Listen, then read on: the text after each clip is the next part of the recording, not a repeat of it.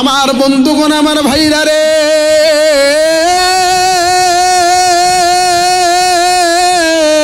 কোনো দিকে কোনো নজর নাই। আমার বন্ধুগণ, আমার ভাই রে, 2 নম্বরে আমার আল্লাহ এই নূর নামক কোরআন আমার আল্লাহ তামাম পৃথিবীর মানুষের জন্য পাঠাইলেন। ও বন্ধু, এই পবিত্র কোরআনুল কারীমের সূরাতুল বাকারার 183 নম্বর আয়াতে আমার আল্লাহ ডাকতে বলে, দুনিয়ার মানুষ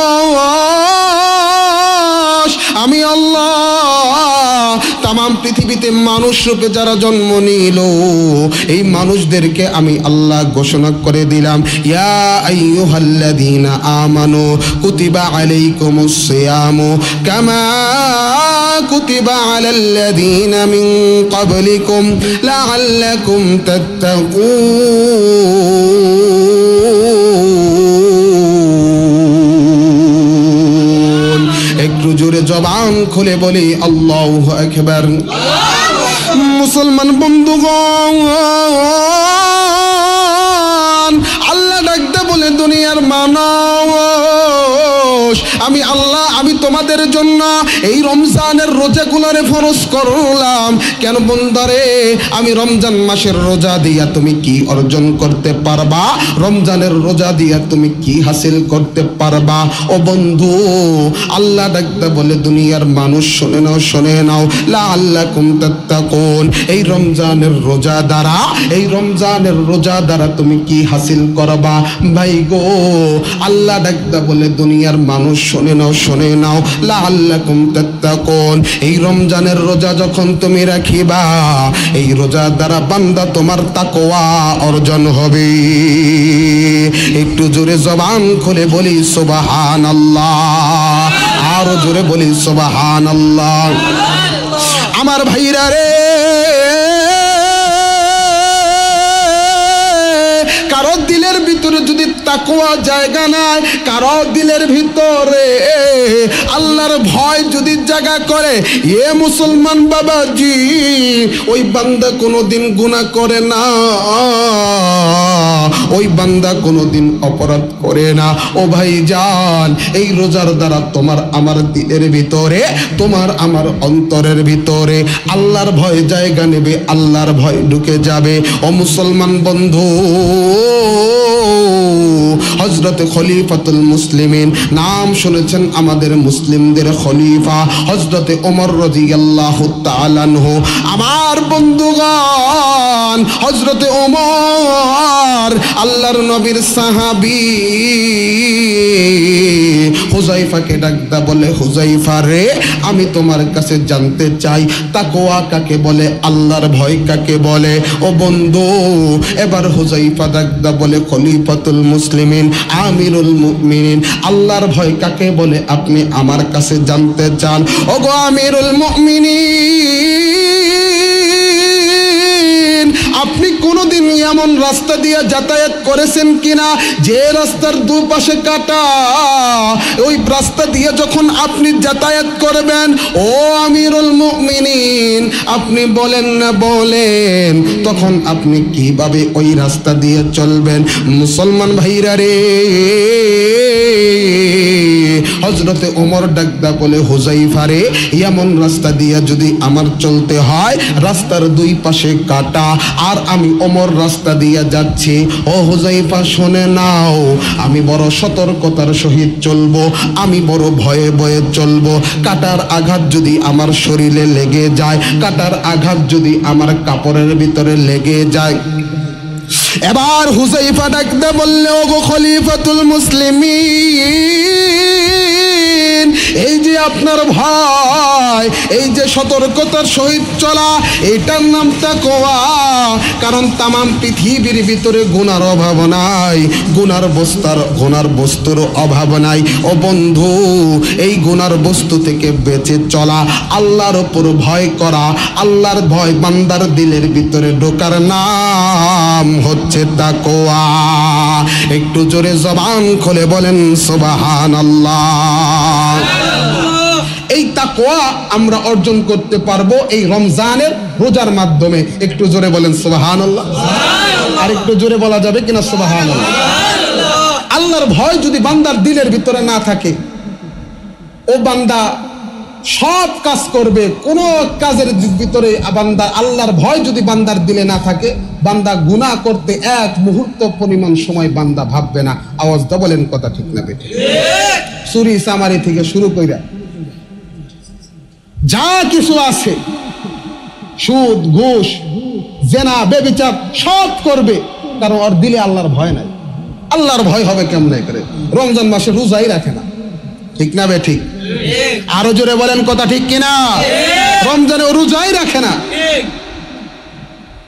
আর রোজা রাখলেও মিথ্যা কথা, গীবত, শিকায়াত সব কিছু সবার আগে আগে করে, ঠিক কিনা? রোজা রাখলেও ওই রোজা ওরে ওই তাকওয়াটা শিখাইতে পারতেছে না। আওয়াজটা বলেন, কথা ঠিক না বেঠিক? রমজানের 10 দিন চলে গেছে, আজকে মাঝখানে 10 দিন নাজাতের 10 দিন চলতেছে, মাগফিরাতের 10 দিন চলতেছে, এরপর নাজাত চলে যাবে, কিন্তু আপনার দিলের ভিতরে তাকওয়া অর্জন হয়েছে কিনা এবার আপনি চিন্তা করে দেখুন। মুসলমান বন্ধুরে,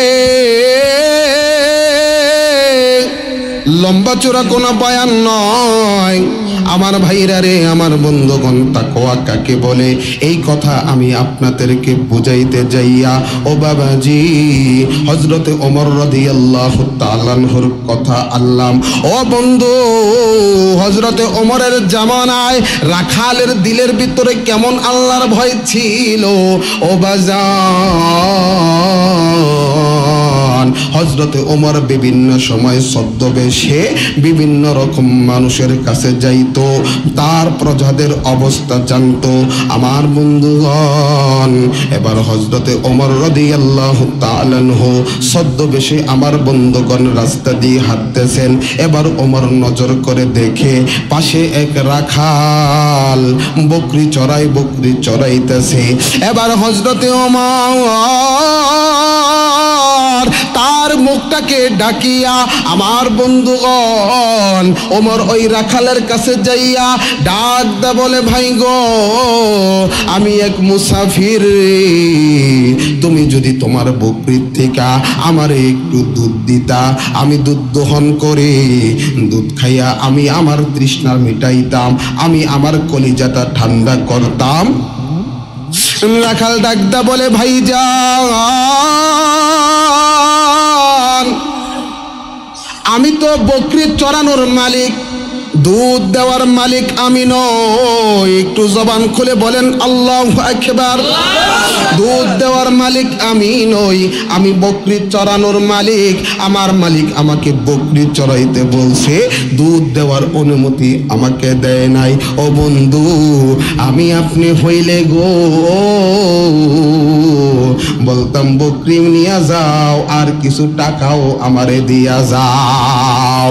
একটু জবান খুলে বলেন, কথা ঠিক না বেঠিক? আল্লাহর ভয় যদি বান্দার দিলে না থাকে রে,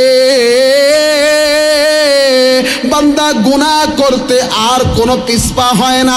এ মুসলমান বাজান, আর যদি বান্দার দিলের ভিতরে আল্লাহর ভয় ঢুকে যায়, বান্দা গুনাহ হওয়ার সাথে সাথে বান্দা ডাকতে বলে, পালি গো, তুমি আমারে গুনাহগার হিসাবে কাল কিয়ামতের ময়দানে দাঁড় করাইও না। একটু জোরে আওয়াজ দা বলেন, কথা ঠিক না বেঠিক? আমার বন্ধুগণ, আমার বাজান,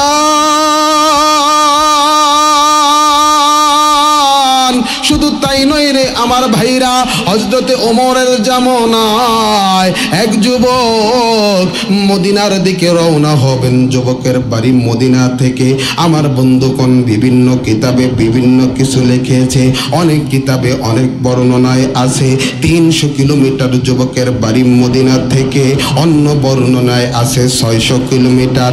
ও ভাই গো, এবার যুবক যখন মদিনার পথে বাইর হবে, আমার ভাই যান, এই জামানার মতো রাস্তা এত সহজ নয়, বিমানের রাস্তাও ছিল না, পিচ ডালা পথও ছিল না। আমার বন্ধুগণ, বন্ধুগণ, আগের জামানায় সফর করতে হইলে নইলে উটের উপর, না হয় ঘোড়ার উপর, না হয় পায়ে হেঁটে সফর করতে হইতো। ও বন্ধু, এবার যুবক তার নিজের কর্ম নিজে করার জন্য, নিজের কাজ নিজে করার জন্য আমার বন্ধুগণ যুবক মদিনার পথে বের হবেন, যুবক মদিনার রাস্তায় বের হবেন। যুবক তার উটকে নিয়া মদিনার রাস্তায় বের হইয়া গেছেন, মদিনার পথে বের হইয়া গেছেন। আমার বন্ধুগণ, আমার ভাইরা, লম্বা রাস্তা সফর করার পর আস্তে আস্তে যুবকের কাছে থাকা যে খাবারগুলা ছিল, খাবারগুলোও শেষ হইয়া গেছে। এবার যুবক ক্লান্ত হইয়া গেছে, ক্ষুধার তাড়নায় যুবক ক্লান্ত। ও বন্ধু, এবার যুবক একটু গাছের ছায়া খুঁজতেছে বিশ্রাম করার জন্য। যুবকের শরীরটা বড় দুর্বল হইয়া গেছে। এবার যুবক খুঁজতে খুঁজতে দেখে গো, পাশে একটা খেজুর বাগান দেখা যায়। এবার যুবক ওই খেজুর বাগানের ভিতরে ঢুকিয়া আমার বন্ধুগণ, আমার ভাইরা রে, উটটাকে খেজুর বাগানের ভিতরে বাইধা যুবক এবার খেজুর গাছের সাথে হেলান দিয়া আমার ভাইরা রে, যুবক যখন খেজুর বাগানের সাথে হেলান লাগাইছে, যুবকের শরীর দুর্বল থাকার কারণে আমার বন্ধুগণ যুবকের চোখ বন্ধ হইয়া গেছে। যুবক এবার ঘুমাই পড়ছে। ও মুসলমান বাজান, এই দিক দিয়ে যুবকের উটটা খেজুর গাছের রশির সাথে ছিঁড়া। ও বন্ধু, এবার উটেরও লাগছে ক্ষুধা। উট খুঁজতে খুঁজতে পার্শ্ববর্তী এক বাগানের ভিতরে উট প্রবেশ করছে। ওই বাগানের মালিক ছোট ছোট চারা লাগাইছে, খেজুর বাগানের ভিতরে ছোট ছোট লাগাইছে। ও বাজান, উট সব খেজুর বাগানের চারাগুলা আমার বন্ধুগণ উট পাড়াইয়া পাড়াইয়া যখন নষ্ট করতেছে, এবার ওই খেজুর বাগানের মালিক ছিল এক বৃদ্ধা তার বাগান দেখার জন্য আমার বন্ধুগণ এবার বৃদ্ধ নজর করে দেখে একটা উট তার খেজুর বাগানের খেজুরের চারাগুলা নষ্ট করতেছে। এবার বৃদ্ধ বারবার চেষ্টা করতেছে আমার ভাইজান ওই উটকে বের করার জন্য, কিন্তু উট বের হয় না। আমরা যেমন গরু বাছুর কোনো বাগানে ঢুকলে আমার বন্ধুগণ ঢেল দিয়া হেত হেত কইরা যখন আমরা ওই বাগান থেকে ওই গরুগুলা বাছুরগুলা ওই ছাগলগুলা বকরিগুলা বের করে দেয় আমার বন্ধুগণ, এবার ওই বৃদ্ধ আমার বন্ধুগণ ওই বৃদ্ধ ওই উটটাকে বের করার জন্য হাতের ভিতরে কিছু পাথর নিছে, বারবার পাথরগুলা নিক্ষেপ করতেছে, কিন্তু একটা পাথর বৃদ্ধ এমন জোরে নিক্ষেপ করলো আমার ভাইরা রে, ওই পাথরটা উটের মাথার উপর লাগিয়া উটের কপাল ফাটিয়া আমার বন্ধুগণ উটের মাথার মগজের ভিতরে যখন আঘাত খারলো, ও মুসলমান বাবাজি, মাথার ভিতর থেকে রক্ত বের হইতে হইতে উট জমিনের ভিতরে পড়ে যায়। উট রক্ত শূন্য হইয়া কিছুক্ষণের ভিতরে উট মারা যায়। উট যখন মারা গেল, বৃদ্ধ উটের পাশে বসে গেল আমার ভাইরা। এবার বৃদ্ধ চিন্তা করলো, হাইরে কি করতে কি করলাম, আমি উটটাকে মেরে ফেললাম। এবার এই দিক দিয়া ওই যুবকের ঘুমটা যখন ভেঙে গেছে, যুবক নজর করে দেখে গো, যেই জায়গার ভিতরে উট বান্ধি ছিল তো ওই জায়গায় তার উট নাই। এবার যুবক বড় পেরেশান, কোথায় গেল আমার উট, হায় হায় কোথায় উট হারাইলাম, মদিনায় কেমনে যাইব, এই রাস্তা আমি কেমনে সফর করব। ও বাবাজি, এবার যুবক উট খুঁজতে খুঁজতে উট খুঁজতে শুরু করলো। ও বন্ধু, এবার যুবক উট খুঁজতে খুঁজতে এবার যুবক নজর করে দেখে পাশের বাগানে তার উটটা কেমন যেন মরে পড়ে আছে। এবার যুবক যাইয়া ডাকদা বলল, কে মারছো বলো বলো, আমার উটটাকে তোমরা কে মারিলা? এ বাজান, যুবকের একে হলো ক্ষুধার্ত, যুবকের মাথা ঠিক নাই। এবার উটটাকে মরা পরে দেখা যুবকের মাথাটা আরো গরম হইয়া গেছে। এবার বৃদ্ধ ডাকদা বলে, যুবক ভাই, আমি তোমার উটটাকে মেরেছি। এবার বন্ধুগণ আমার ভাই রে, এই কথা শোনার সাথে সাথে যুবকের মাথা আর ঠিক নাই। যুবক ওই বৃদ্ধের উপর চড়াও হইয়া যায়, ওই বৃদ্ধকে মারতে শুরু করে। ওই বৃদ্ধকে মারতে মারতে আমার বন্ধুগণ যুবক বৃদ্ধকে এমন জোরে একটা ধাক্কা দেয়, ওই বৃদ্ধ ধাক্কা খাইয়া জমিনের ভিতরে পড়ে যায়। বৃদ্ধর মাথাটা পাথরের ভিতরে যখন পড়ে যায়, ও বন্ধু, মাথাটা ঠাস করে যখন ফেটে যায়, ওই বৃদ্ধর মাথা দিয়ে রক্ত বের হতে থাকে। রক্ত বের হতে হতে ওই বৃদ্ধ ওই জমিনের ভিতরে মরে পড়ে যায়। এবার যখন মরে যায়, এবার যুবকের হুঁশ ফিরে আসে। যুবক বলে, হায় রে, আমি কি করিলাম? কেন এই বৃদ্ধকে মারিলাম? আমার মাথা ঠিক ছিল না, কেন আমি এমন কাজ করিলাম? আমার বন্ধুগণ, এবার যুবক ওই বৃদ্ধ আর ওই উটের মাঝখানে বসে থাকে।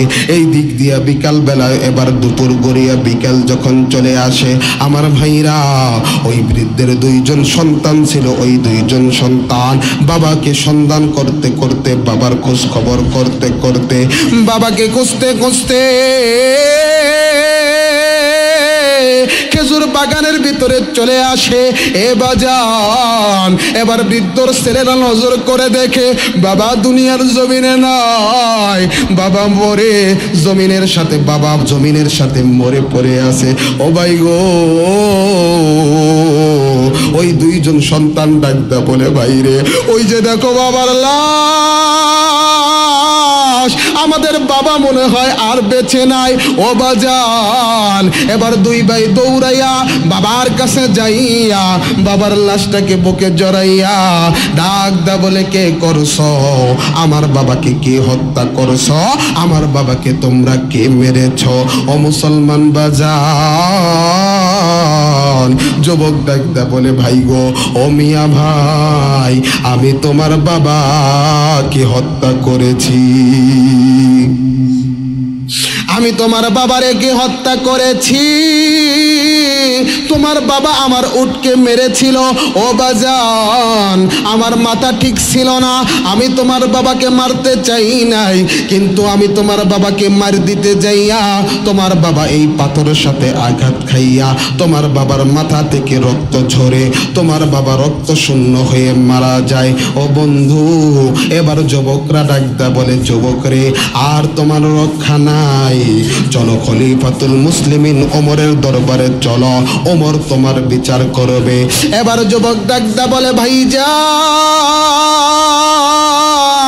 ইচ্ছা করলে আমি পলায়া যাইতে পারতাম না, আমি পলায়া যাই নাই, কারণ আমার দিলের ভিতরে দুনিয়ার কোন মানুষের ভয় নাই, আমার দিলে আল্লাহর ভয়, আমার দিলের ভিতরে আল্লাহর ভয়।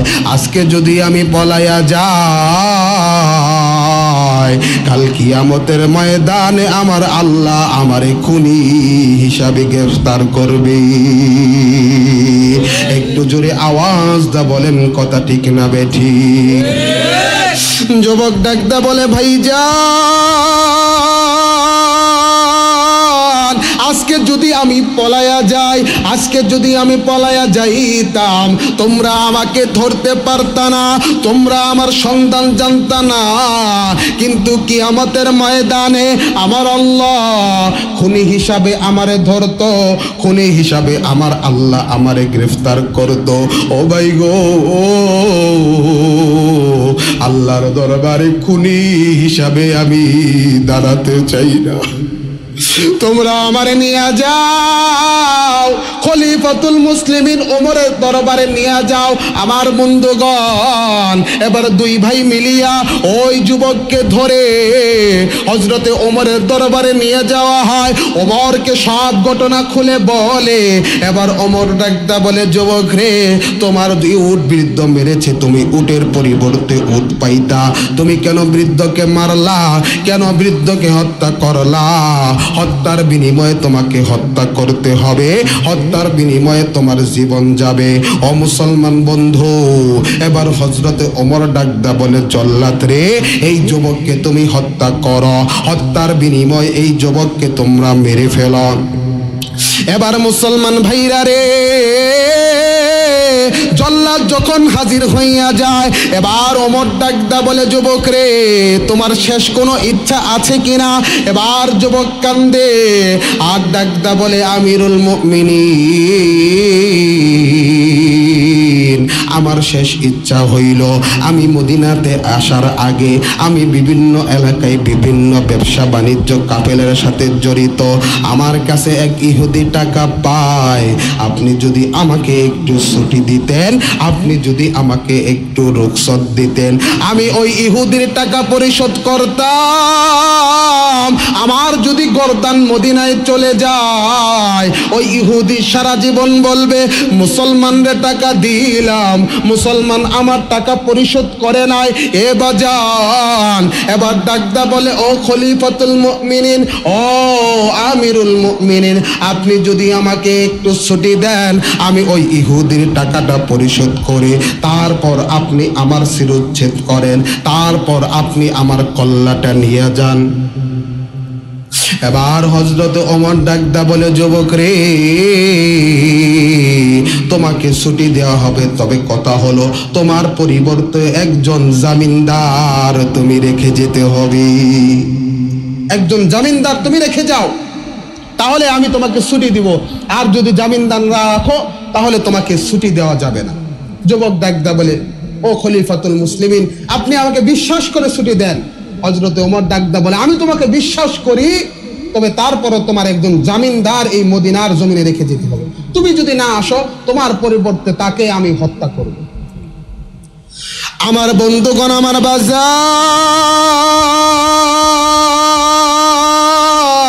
কোনো দিকে কোনো নজর নাই। যুবক ঢুকরে ঢুকরে কান্দে আর ডাকদা বলে, ও খলিফাতুল মুসলিমিন, ও গো ওমর, এই জমিনের আমার কোনো ভাই নাই, এই মদিনায় আমার কোনো ভাই নাই, এই মদিনায় আমার বাবা নাই, আমার বাবা আমার জামিনদার হবে। এই মদিনায় আমার জোড়ার কোনো ভাই নাই, যে ভাইয়ের জামিনদার ভাই হবে। আমার কোনো বন্ধু নাই, আমার কে জামিনদার হবে? এ বাজান, ওমরের দরবারে সব মানুষগুলা মাথা নিচের দিকে দিয়ে রাখছে, এই যুবকের কেউ জামিনদার হতে চায় না। ও বন্ধু, যুবক যখন ঢুকরে ঢুকরে কান্দে, আমার বন্ধুগণ, আমার ভাইরা রে, কে যেন পিছন থেকে হাত তোলে, ডাকদা বলে, যুবক, আমি তোমার জামিনদার হইয়া গেলাম, আমি তোমার জামিনদার হইলাম রে যুবক, আমি তোমার জমিনদার হইলাম। যাও যাও যাও, নিজের বাড়িতে যাও। এ মুসলমান, এটা কোনো সাধারণ কোনো মানুষ নাই, এমন একজন জামিনদার হইছে আমার নবীর যে খাদেম ছিল, নবীজির যে খেদমত করেছে, নাম হলো হযরতে আবু যর গিফারি রাদিয়াল্লাহু তাআলা আনহু। এই যুবকের জামিনদার হইয়া গেছি। এবার যুবক নিজের বাড়িতে যাইয়া যুবক তার ইহুদি বন্ধুর টাকা পরিশোধ করিয়া, আমার বন্ধুগণ, যুবক তার মায়ের কাছে যাইয়া ডাকদা বলে, মা গো, বিদায় দাও, বিদায় দাও মা, আমি ওমরের দরবারে কথা দিয়ে আসছি। ও মা, দুনিয়াতে দেখা হবে না, দেখা হবে আল্লাহর জান্নাতে। দুনিয়াতে দেখা হবে না মা গো, আল্লাহর জান্নাত জান্নাতে দেখা হবে। ও মা, খুনির মা তুমি হতে পারবা না, আর খুনি হইয়া আমি মরতে চাই না। ও মা, ওমরের দরবারে কথা দিয়ে আসছি, তুমি আমাকে বিদায় দিয়া দাও। এবার যুবক মায়ের কাছ থেকে বিদায় নেয়। ও বন্ধু, এবার যুবক বাবার কাছে যাইয়া ডাক দা বলে, আব্বু আমাকে তুমি বিদায় দিয়া দাও, আর কোনোদিন দেখা হবে না, দেখা হবে আমার আল্লাহর জান্নাতি। একটু জোরে আওয়াজ দিয়া বলেন সুবহানাল্লাহ। এই দিক দিয়ে যুবককে 7 দিন ছুটি দেওয়া হয়েছে। আমার বন্ধুগণ, 7 দিন যুবককে যখন ছুটি দেওয়া হয়, শুক্রবার জুমার দিন, এবার হযরতে ওমর ডাক দা বলে, জল্লাদ দেখুনি যুবক এসেছে কিনা? এ বাজান, জল্লাদ ডাক দা বলে, ও আমিরুল মুমিনিন, না না না, ওই যুবক এখনো আসে নাই, ওই যুবক এখনো মদিনায় আসে নাই। ও বন্ধু, এবার মদিনার ভিতরে এলান হইয়া যায়। এবার হযরতে ওমর তার খাদেমকে ডাকলা বলে, খাদেম রে, যাও আবু যর গিফারির কাছে যাও, আর আবু যর গিফারিকে ডেকে নিয়ে আসো। যুবকের যখন জিম্মাদারি আবু যর গিফারি নিছে, যুবক যদি না আসে গো, জুমার নামাজের পর আবু যরের গর্দান যাবে। জুমার নামাজের পর আবু যরের গর্দান যাবে। আমার বন্ধুগণ, আমার ভাইরা, খাদেম যায়া ডাকদা বলে, ভাইজান, খলিফাতুল মুসলিমিন আমিরুল মুমিনিন জানাইয়া দিছে যুবক এখনো মদিনায় আসে নাই, যুবক এখনো মদিনায় আসে নাই। ও ভাইজান, জুমার নামাজের পরে আপনার গর্দান যাবে, জুমার নামাজের পরে আপনার শিরুচ্ছেদ করা হবে। ও বন্ধু, এই খবর গোটা মদিনায় যখন ছড়াইয়া পড়ে, আল্লাহর নবীর সাহাবী আবু যর গিফারি বিনা দোষে তার গর্দান যাবে। মদিনার সব মানুষ কান্নাকাটি শুরু করেছে। মদিনার যুবক, বৃদ্ধ, আবাল বনিতা সব মানুষ এই দৃশ্য দেখার জন্য আমার বন্ধুগণ মসজিদের সামনে সমাবেত হয়েছে। এ বন্ধু, লম্বা কোনো সময় নাই, সংক্ষিপ্ত সময়ের ভিতরে আমি আমার কথা এটি টানবো। ও ভাইজান, এবার আবু যর গিফারিকে যখন ডাকা হয়, মদিনার মানুষগুলা ডুকরে ডুকরে কান্দে। ডাক দা বললে, আমিরুল মুমিনিন, না না না, আবু যরের গর্দান আপনি নিয়েন না। ও বন্ধু, হযরতে ওমর ডাকদা বলে, মদিনার মানুষেরা রে, আমি আল্লাহর হুকুমের ব্যাপারে এক চুল পরিমাণ, বিন্দু পরিমাণ ছাড় আমি ওমর দেব না। কোরআনের আইনের ব্যাপারে আমি ওমর এক বিন্দু পরিমাণ ছাড় দেব না। ও ভাইজান, এবার যখন জল্লাদ আবু যরের সামনের দিকে যায়, জল্লাদ ডাকদা বলে, দুনিয়ার মানুষ, আমার মনে হয় কে যেন আমার পায়ের ভিতরে শিকল বেঁধে দিয়েছে, আমি আর যেতে পারি না, আমি আর অগ্রসর হই না, আমার পা কেমন জানি ওঠে না। ও মুসলমান বাজান, আমার পার সামনের দিকে যায় না, কেমন জানি মনে হয় কে যেন আমার পায়ের ভিতরে ধরে আছে, কে যেন আমার পায়ের ভিতরে ধরে আছে। আর ডাকদা বলে, জল্লাদ, না না না, আবু যরের কাছে যাইও না। একটু জোরে আওয়াজ দিয়া বলেন সুবহানাল্লাহ। মুসলমান বন্ধুগণ, এবার জল্লাদ যখন আবু যরের কাছে যায়, এ বাজান, জল্লাদ যখন আবু যর গিফারি রাদিয়াল্লাহু তাআলা আনহুর শিরোচ্ছেদ করবে, কে যেন ডাকদা বলে, জল্লাদ, না না না, একটু তাকাইয়া দেখো, ওই যে মদিনার পথে ধুলি উঠতেছে, কে যেন মদিনার পথে আসতেছে। এবার যুবককে যখন দেখা যায়, ভাই। যুবক ডাকটা বলে, ও জল্লাদ, না না, আমি যুবক চলে আসছি। আল্লাহর নবীর সাহাবী আবু যরের উপরে কোনো আঘাত করো না, আমি যুবক চলে আসছি, আমার শিরোচ্ছেদ তুমি করো। ও বন্ধু, যুবক যখন মদিনার জমিনের উপর নামে হযরতে ওমরের সামনে যখন দাঁড়ায়, ওমর ডাকদা বলে, যুবক রে, আমি তো তোমাকে আনার জন্য কোনো লোক পাঠাই নাই, কেন তুমি আবার ফিরে আসলা? তুমি যদি ফিরে না আসতা আমি তোমাকে ধরতে পারতাম না, তুমি তো মুক্তি পাইয়া যাইতা। যুবক ডাকদা বললে, আমিরুল মুমিনিন, না না না, আমি কিয়ামতের ময়দানে খুনি হিসাবে দাঁড়াতে চাই না। এক মুসলমান ভাই আমার জিম্মাদারি নিছে, এ বাজান, আমি যদি ফিরে না আসি সারা জীবন মুসলমানরা বলবে এক মুসলমান ভাই আরেক মুসলমান ভাইকে সাহায্য করতে যাইয়া বিপদে পইরা গেছে। ঠিক কিনা? এক মুসলমান ভাই আরেক মুসলমান ভাইকে সাহায্য করতে যাইয়া এই জন্য বিপদে পড়ছে, এই জন্য আমি আমার নিশ্চিত মৃত্যু যাই নাও, এই জন্য আমি এই মদিনার জমিনে চলে আসছি। এবার হযরতে ওমর ডাকদা বলে, আবু যর, তুমি তো এই ভাইকে চিন্তা না, এই যুবককে চিন্তা না, কেন এই যুবকের তুমি দায়িত্ব নিলা? কেন এই যুবকের দায়িত্ব নিলা? মুসলমান বন্ধুরে, এবার ওই কথা শুনে আবু যর ডাকদা বলে, খলিফাতুল মুসলিমিন, এক মুসলমান ভাই সাহায্য চাইছে, আমি যদি সাহায্য না করি এই মুসলমান ভাই সারা জীবন বলবে, সারা জীবন এই কথা বলবে। এক মুসলমান সাহায্য চাইলো কিন্তু অপর মুসলমান তাকে সাহায্য করে নাই, এই জন্য আমি নাচি না, আমি এই মুসলমান ভাইকে সাহায্য করেছি। একটু জোরে আওয়াজ দা বলেন সুবহানাল্লাহ। মুসলমান বন্ধুগণ,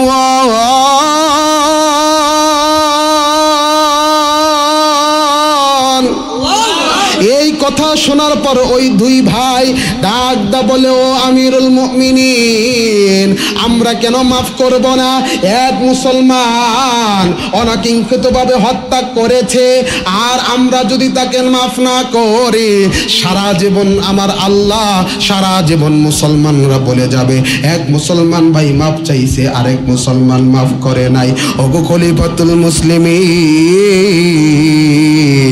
আমরা এই যুবককে মাফ করে দিলাম।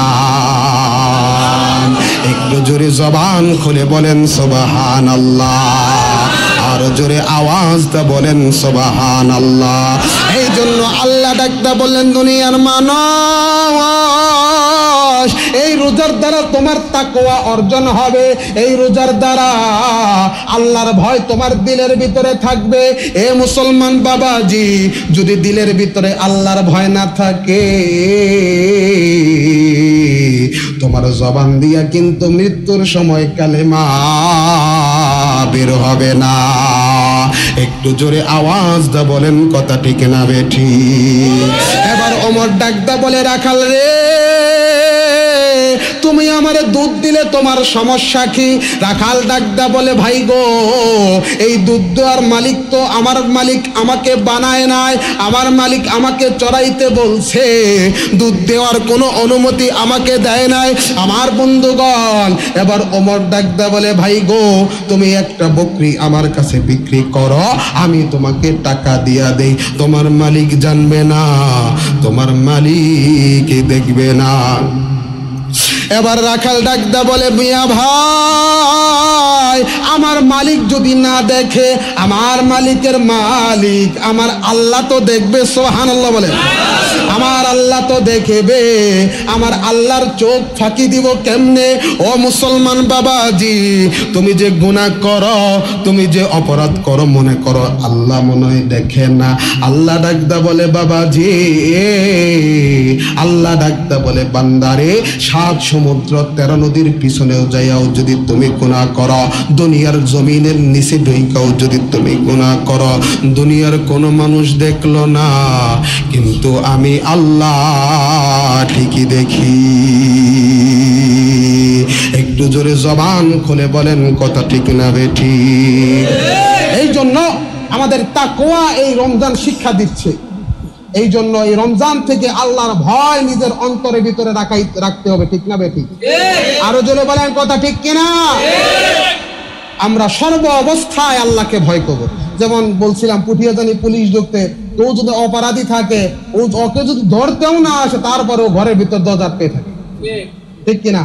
মানুষ পুলিশকে আর্মিকে দেখে যে পরিমাণ ভয় পায়, এর এক বিন্দু পরিমাণ যদি আল্লাহকে দেখে ভয় পাইতো, বান্দা আল্লাহর কাছে যা চাইতো সঙ্গে সঙ্গে আল্লাহ বান্দাকে তাই দিয়ে দিত।